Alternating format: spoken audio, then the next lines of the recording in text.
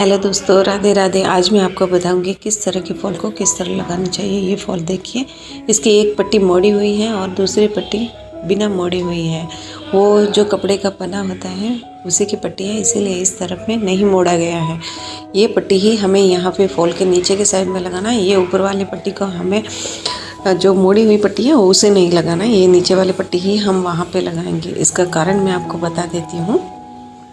पहले देखिए, इस तरह से साड़ी पर हमें इस तरह से इतना पल्ला पीछे की ओर छोड़ के थोड़ा सा यहाँ से बेंड करके इस फॉल को हम सेट करके यहाँ पे लगाना स्टार्ट करेंगे। ये मोटी वाली पट्टी है, उसी को हम उस साइड में रखेंगे।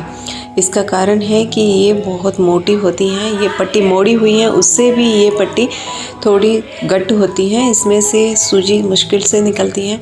तो हम उसको इसे नीचे की ओर रखेंगे ताकि ये मशीन से काम हो रहा है तो हमारा आसानी से ये फॉल लग जाएगा।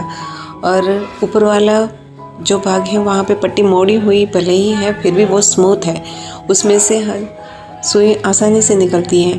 पर उस साइड में हमारी सुई बहुत गट कपड़ा होने की वजह से मुश्किल से निकलती है। तो ये हम मशीन पर करेंगे तो ये मशीन से हमारा आसानी से हो जाएगा। और जब हम हाथ का काम करेंगे तब हमें स्मूथ वाला हिस्सा ही चाहिए ताकि हमें भी प्रॉब्लम ना हो और फॉल भी अच्छे से लग जाए। और हाँ, ऊपर की ओर में हमें हाथ से काम करना होता है, इसीलिए इस गट पट्टी को नीचे ही रखें, ऊपर वाली साइड में ना ही रखें। तो आपको फॉल लगाने में बहुत अच्छे से आसानी होगी और अच्छे से आपका फॉल लग भी जाएगा। कभी कभी इस पट्टी को ऊपर की तरफ रख देते हैं तो फिर सूजी निकालते वक्त हमारे हाथ में भी सूजी लग जाती है और बहुत मुश्किल से इसका हेमिंग का काम हो पाता है। इसीलिए हमें इस पट्टी को नीचे ही रखना है। कभी भी किसी भी फॉल में जो गट हिस्सा होता है उसी को नीचे रखना होता है और जो स्मूथ हिस्सा होता है उसी को ऊपर रखना है आपको, ताकि आपका हाथ का काम आसान हो जाएगा। और अब ये देखिए, हमारा फॉल लग चुका है नीचे की ओर से। अब हमें इसको हाथ से काम करना है, अब हम इस पर हाथ का काम करेंगे। तो देखिए आप कितनी आसानी से अब हमारा हाथ का काम हो जाएगा। ये देखिए, चलिए अब हम हाथ का काम करते हैं। ये नीचे है, ये ऊपर है स्मूथ वाला हिस्सा।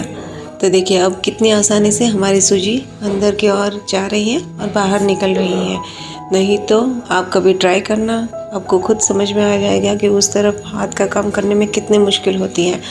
और ये पट्टी मोड़ी हुई भले ही है पर बहुत स्मूथ है, इसीलिए। और नीचे वाली जो साड़ी का भाग है उसको थोड़ा सा पकड़ना है और सुई को मोड़ते हुए हमें फॉल अटैच करते हुए निकल जाना है।